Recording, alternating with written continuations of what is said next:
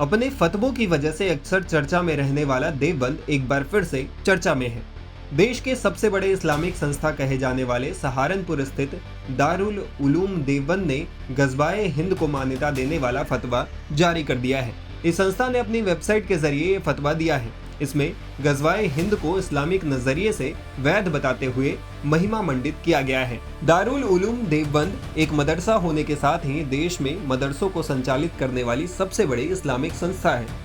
चूंकि इस प्रमुख इस्लामिक शिक्षण संस्थान में बच्चों को शिक्षा दी जाती है, इसलिए गज़वाए हिंद को मान्यता देने की बात सामने आने के बाद NCPCR यानी national commission for protection of child right ने पत्र लिखकर कार्रवाई करने के निर्देश दिए हैं। NCPCR से निर्देश मिलने के बाद पुलिस हरकत में आई है और कार्रवाई की प्रक्रिया शुरू कर दी गई है। इस बारे में NCPCR के अध्यक्ष प्रियांक कानूनगो ने क्या कहा है, ये भी आपको सुनवाएंगे, लेकिन इससे पहले ये जानिए कि गज़वाए हिंद का मतलब क्या होता है। तो समझिए कि गज़वा का अर्थ है इस्लाम को फैलाने के लिए की जाने वाली जंग। इस युद्ध में शामिल इस्लामिक लड़ाकों को गाजी कहा जाता है। गज़वाए हिंद का मतलब भारत में युद्ध के जरिए इस्लामिक राज्य की स्थापना करने से है। देखिए, वेबसाइट तो एक माध्यम है, गड़बड़ तो सोच में है।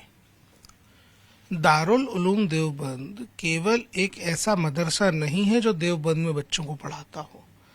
दारुल उलूम देवबंद एक ऐसा इंस्टीट्यूशन है जो पूरे साउथ एशिया में इस्लामिक एजुकेशन के लिहाज से सर्वोच्च संस्था बनी हुई है। यहाँ तक कि तालिबानी भी दारुल उलूम देवबंद के प्रिंसिपल्स पे ही काम करते हैं। दारुल उलूम देवबंद ये जहर भर रहा है तो निश्चित रूप से हम भारत के भविष्य के लिए बेहद खतरनाक स्थितियां निर्मित कर रहे हैं।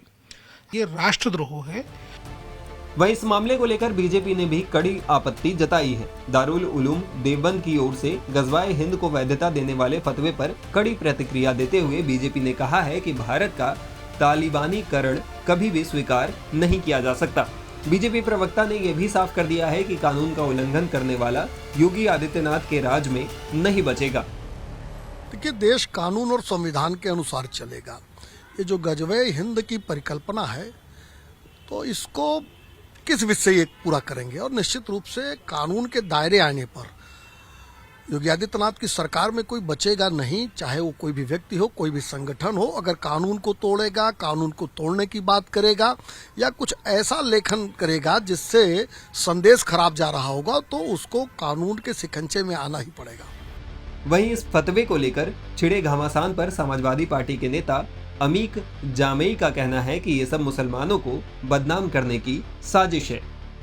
देखिए, भारत के मुसलमानों को, भारत के जो शहरी हैं, ये उनको बदनाम करने का, उनके देश प्रेम पे प्रश्न चिन्ह लगाने का NCPCR का राइट है, कदम।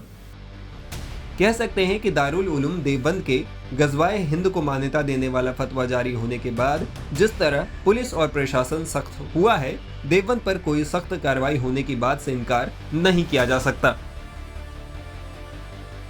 टाइम्स नाउ भारत डिजिटल की रिपोर्ट।